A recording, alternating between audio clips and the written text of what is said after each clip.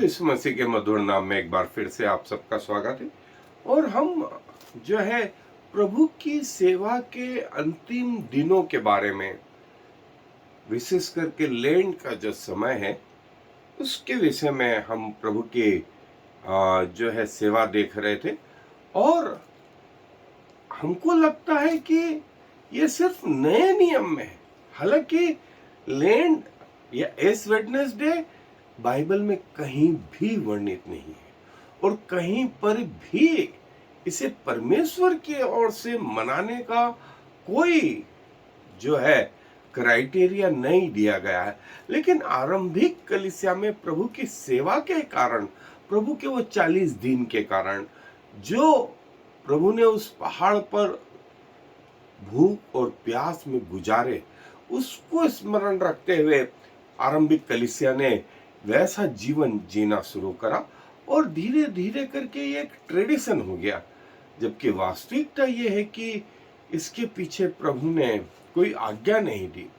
लेकिन हम प्रभु के इन अंतिम दिनों के बारे में जो है, प्रभु की सेवा के बारे में, प्रभु के क्रूसिफिकेशन के बारे में, हमें पुराने नियम में इवन पृथ्वी के आरंभ से ये बात प्रकट है कि प्रभु यीशु मसीह इस संसार में मानव का रूप लेके आएंगे और मनुष्य जैसा जिएंगे और क्रूस पे अपने बलिदान देंगे। हम जो है, मेरी कोशिश ये रहेगी कि आपको ये बताएं कि प्रभु यीशु मसीह का आगमन एक आकस्मिक घटना नहीं है, ये परमेश्वर पिता की सोची हुई वेल प्लानिंग योजना है। और मूसा के तंबू को जब परमेश्वर ने बनाया, यदि हम बाइबल को देखें धार्मिक रीति से, तो आदम से लगा करके मूसा तक वो समय काल जिसमें व्यवस्था नाम की कोई चीज नहीं है। और उसमें जो महत्वपूर्ण हीरो रहे, नूह, अब्राहम, इसाक, याकूब, यूसुफ, और फिर मूसा से प्रभु यीशु मसीह तक दूसरा समय काल नियमों का, व्यवस्थाओं का काल। मूसा से लगा करके यहोशू, गिदोन, सिमसन, शमूएल, दाऊद, सुलेमान, एलिया, एलिसा, दानियल, होसे, योएल, यशायाह, यिर्मयाह, ये प्रभु यीशु मसीह तक। और प्रभु यीशु मसीह से आज तक का काल जो है ये 2000 साल का। लेकिन मूसा से मसीह यीशु तक का जो लॉ वाला काल है, उस लॉ वाले काल में जो है, जब परमेश्वर ने इनको मिस्र से, इजराइलियों को निकाल करके वो प्रतिज्ञा किए हुए देश में पहुंचाने की बात करी, तो व्यवस्था दी और अपनी उपस्थिति दर्शाने के लिए मूसा से कहा कि तंबू बनाना। और उस तंबू में मूसा को भी, मुझे नहीं लगता कि ये बात का ज्ञान रहा कि परमेश्वर की योजनाएं इस तंबू में जो है सांकेतिक रूप से प्रभु यीशु मसीह के प्रथम और द्वितीय आगमन को बताती है। और इजरायलियों को तो समझ में ही नहीं आया, लेकिन इसलिए परमेश्वर ने कहा इसमें कुछ भी घटाना नहीं, बढ़ाना नहीं, जैसा मैंने कहा है वैसा बनाना। क्योंकि इसके पीछे कौन छुपे हुए थे? प्रभु यीशु मसीह। ये आज हमें लग रहा है, लेकिन उस समय ये बड़ा कठिन। और देखिए, मेरी ये कोशिश रहेगी कि मूसा के तंबू में जो प्रभु यीशु मसीह का प्रगटीकरण था, उसको आपको एक एक सीरियल करके मैं बताऊं। और आज जो है, हम जो है मूसा के उस तंबू में, मैं आपको संक्षेप में बताऊं कि मूसा के तंबू में प्रभु यीशु मसीह का प्रगटीकरण, जो अरेंजमेंट था, जब ये लोग जंगल में थे, तो 12 गोत्र, पूरब की ओर 3, पश्चिम की ओर 3, उत्तर की ओर 3 और दक्षिण की ओर 3, ऐसे 12 गोत्र। ये जो अरेंजमेंट था, जब वो बिलाम ने देखा तो कैसा था ये? क्रूज जैसा था। और उसने कहा कहां से श्राप दें, ये तो परमेश्वर की योजना है, ये परमेश्वर के लोग हैं और परमेश्वर की उपस्थिति में ये मैं कैसे इनको श्राप दूं? वो क्रूज उसे दिखाई पड़ा। दूसरा, जब तंबू बनाया वो 7 आर्टिकल, बाहरी आंगन में 2 आर्टिकल, वो तांबे का वेदी 5x5 की, फिर वो पानी का पात्र, और फिर पवित्र स्थान में जो है वो 3 आर्टिकल सोने के और कुछ हिस्सा चांदी का। राइट हैंड में जो है वो मनोरा या लैंप, बाएं हाथ में लेफ्ट हैंड पर जो है टेबल, और उसमें 6 ग्रुप में 2 रोटियों की कतारें, और बीच में सोने की वेदी। एक वेदी जो बाहर वो तांबे की, और जो दूसरी वेदी पवित्र स्थान में वो सोने की। और फिर महापवित्र स्थान जिसमें जो है मूसा का वाचा का संदूक, और वाचा के संदूक का कवर जिसके ऊपर जो है स्वर्गदूत या जिन्हें करूबीम कहा गया।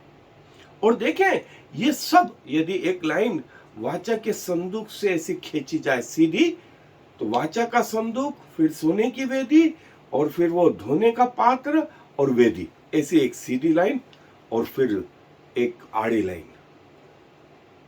मनोरा या वो लैंप, फिर वो तंबू, वो वाचा का संदूक सोने वाला, और वो भेंट की रोटी, क्रॉस। क्रॉस बाहर लोग कैसे हैं? क्रॉस के रूप में। अंदर कैसे है? अरेंजमेंट कैसा है? क्रॉस का, क्रॉस का, क्रूस का। बाहरी आंगन में उजाला किससे हो रहा है? सूरज की रोशनी से। पवित्र स्थान में उजाला वो लैंप से हो रहा है। लैंप किसका प्रतीक है? पवित्र आत्मा का प्रतीक है। और अंदर महापवित्र स्थान में परमेश्वर की उपस्थिति जो थी वो रोशनी, जिसे सकन्या ग्लोरी कहा जाता था। देखें याजकों के अलग अलग लेवल थे। कुछ बाहरी आंगन में जिनके ऊपर रोशनी किससे? सूर्य की रोशनी। फिर बीच के हिस्से में पवित्र आत्मा की रोशनी, और जो महापवित्र स्थान में जाएगा वो सकन्या ग्लोरी, परमेश्वर की उपस्थिति। इवन बाउंड्री लाइन, बाहरी आंगन जो है उसका क्षेत्रफल मसीह की जीनियोलॉजी को बताता है। फिर पवित्र स्थान मसीह के उस स्थान को बताता है, काल को। और वो कैसा है मैं शॉर्ट में बता रहा हूं। और यदि आप इनको डिटेल में, एक एक डिटेल में देखना चाहते हैं, तो इसके पहले YouTube पर आप मेरा नाम डाल दें, डॉक्टर S.G. बेंजामिन, और उसके आगे ऐसा कर दें टेबरनेकल ऑफ मोजेस, सिर्फ ये शब्द डाल दें। आपको कम से कम 70 से 80 एपिसोड सिर्फ मूसा के तंबू पे मिलेंगे। 70 से 80 एपिसोड सिर्फ मूसा के तंबू पे, कि वो कैसे, उसकी लंबाई चौड़ाई कैसे महत्व लिए हुए थी, और वो क्या प्रकट करती थी। इस चीज को 70-80 एपिसोड में हमने डाल के रखा। आप जब चाहे देख सकते हैं इसे। और मेरी कोशिश ये है कि संक्षेप में इन लैंड के दिनों में आपको फिर से थोड़ा सा परमेश्वर के नजदीक ले चलूं। और बाहरी आंगन में मेटल कौन सा? ब्रास का। पवित्र स्थान में सोने और चांदी का, और महापवित्र स्थान में प्योर गोल्ड का। बाहरी स्थान में जो लोग हैं वो ढेर सारे, एट ए टाइम 3000 तक लोग रह सकते थे। लेकिन पवित्र स्थान में एट ए टाइम कितने? सिर्फ 3। और महापवित्र स्थान में महायाजक एक बार, साल में एक बार वो महापवित्र स्थान में प्रवेश करता था। जितने बलिदान चढ़ाए जाते थे, वो बलिदान किसको प्रकट करते थे? वो मसीह यीशु को प्रकट करते थे। वो महायाजक की ड्रेस किसको प्रकट करती? प्रभु यीशु मसीह को प्रकट करती थी। और जो ये प्रभु ने कहा कि जो त्योहार मनाने हैं, पहले महीने के 14वें दिन को पास ओवर, फसह का पर्व, और मसीह हमारा, कलीसिया के लिए मसीह हमारा फसह है। शुभ शुक्रवार के पहले, गुड फ्राइडे के पहले जो गुरुवार होता है, उस गुरुवार को जो है वो पर्व मनाया जाता है, फसह का। हम जिसको माउंटी थर्सडे के नाम से भी जानते हैं। और उस दिन प्रभु भोज चर्चों में। दूसरे दिन शुभ शुक्रवार या गुड फ्राइडे, और गुड फ्राइडे से जो है 7 दिन तक, 14वें दिन से लगा करके, फसह के 14वें दिन से लगा करके, पहले महीने के 14वें दिन को फसह, और 15वें दिन से 7 दिन तक अखमीरी रोटी का पर्व। अखमीरी रोटी मतलब जिसमें खमीर नहीं हो, क्योंकि खमीर पाप को प्रकट करता है। और बिना खमीर का इतवार, 7 दिन का ये त्योहार। और फिर उसके बाद कटनी जो है, जो आपने बुआई करी है, उसका त्योहार। पहले महीने में ये 3 त्योहार। और फिर उसके बाद में 7वां महीना, 7वें महीने के 10वें दिन को एटोनिमेंट, जिसमें महायाजक खुद के लिए और अपने परिवार के लिए, पूरे समाज के लिए वो महापवित्र स्थान में प्रवेश करता। और उसके जो है नीचे झालरों में जो है वो अनार और घंटियां लगी रहती, और ऐसा आगे पीछे हिलता रहता कि वो बजती रहे। कहीं ऐसा ना हो कि अपवित्रता के साथ वो अंदर चला जाए और हाथ में लहू लेकर के जाता कि प्रभु कुछ गलती हुई तो माफ कर, प्रभु गलती को माफ कर, प्रभु गलती को माफ कर।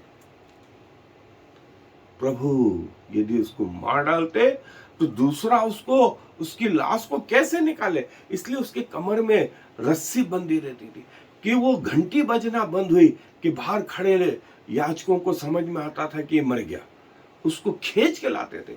अन्यथा दूसरा याजक कभी अंदर गया तो वो भी मरेगा, वो भी मरेगा। ऐसा ये अटेन्यूमेंट का 7वें महीने के 10वें दिन को, और 15वें दिन से, 7वें महीने के 15वें दिन से फिर 7 दिन के लिए झोपड़ियों का पर्व, झोपड़ियों का पर्व। और फिर वो 7 दिन खत्म होंगे तब कटनी का पर्व, और फिर सबसे आखिरी में तुरहियों का पर्व, जो उससे जुड़ा हुआ है। तुरियां फूकी जाती और सब डिस्पर्स हो जाते। ये त्योहार, दोष बलि, मेल बलि, अन्न बलि, ये भी प्रभु यीशु मसीह को प्रकट करते। ये 7 त्योहार प्रभु यीशु मसीह के प्रथम आगमन और उसके द्वितीय आगमन को प्रकट करते थे। प्रथम, पहले 4 त्योहार उसके प्रथम आगमन को प्रकट करते थे, और उसके बचे कुचे 3 त्योहार प्रभु यीशु मसीह के द्वितीय आगमन को प्रकट करते हैं। पहला आगमन हो गया प्रभु का, अब जो बाकी है वो द्वितीय आगमन बाकी है। सो समय के अनुसार जो है लोगों ने माना ही नहीं, स्वीकार ही नहीं करा, लेकिन प्रभु तो आए, उनका प्रथम आगमन हुआ, और फिर उनका द्वितीय आगमन भी होगा। इसकी प्लानिंग कब से है? मूसा को बता, तंबू के रिचुअल्स, जो धार्मिक कार्य। और ये देखें यहां पर जो है वो सब जो है प्रभु का वो तंबू, जो प्रभु परमेश्वर ने मूसा को बताया, वो कैसे मसीह यीशु को प्रकट कर रहा है, वो कैसे मसीह यीशु को प्रकट कर रहा है। और मसीह यीशु के प्रथम आगमन और द्वितीय आगमन, उसकी हर चीज, उसका इवन साइज, उसका कलर, मेटल, क्षेत्रफल, सब चीजें प्रभु को प्रकट करती है, प्रभु यीशु मसीह को प्रकट करती है। और जैसा मैंने बताया कि प्रभु का प्रथम आगमन हुआ, चाहे लोग माने या न माने, प्रभु का प्रथम आगमन हुआ। वैसे ही उसका द्वितीय आगमन भी होगा, चाहे लोग माने या ना माने, चाहे अपने अपराधों से फिरे या ना फिरे। और देखिए, जैसा मैंने बताया कि ये सारे ऑफरिंग प्रभु यीशु मसीह को प्रकट करते हैं।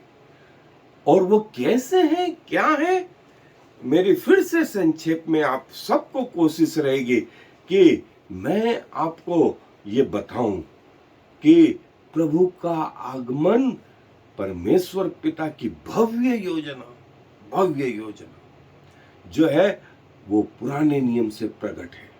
सो आए अपने आप को समर्पित करें कि हम जब प्रभु यीशु मसीह का द्वितीय आगमन हो तो तैयार पाए जाए, चाहे वो आज की रात हो और या हमारी मृत्यु हो जाए, तो भी हम परमेश्वर के साथ जाने वाले सके।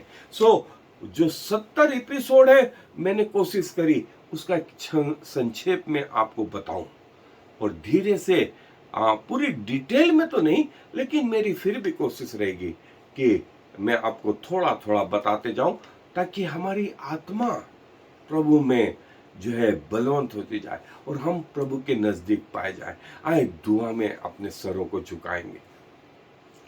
प्रभु जी, धन्यवाद देते हैं कि आपकी भव्य योजना है, आपका प्रथम आगमन, आपका द्वितीय आगमन, इस पृथ्वी का न्याय, अनंत जीवन, ये पहले से ठहराया गया। प्रभु, अपने लोगों की आत्मिक आंखों को खोलें कि वे आपको पहचान सकें, उनके आत्मिक कानों को खोलें कि वे आपकी वाणी को सुन सकें, आत्मिक हृदयों को खोलें कि आपकी बातों को समझ सकें, और प्रभु अपने जीवन को आपके आने तक सुरक्षित रख सके। धन्यवाद देते हैं कि जो आप कान देते तो खुद भी सुनते हैं, जो आंख देते थे खुद भी देखते हैं, जो हृदय देते हैं तो खुद भी सोचते समझते हैं। प्रभु, सारा आदर और महिमा और इज्जत आपको देते हुए इस विनती को प्रभु यीशु मसीह के नाम से मांग लेते हैं, आमीन। और I am the Lord. There is no other God. I have prepared you even though you do not know me, so all the world from east to west will know there is no other God. I am the Lord, and there is no other.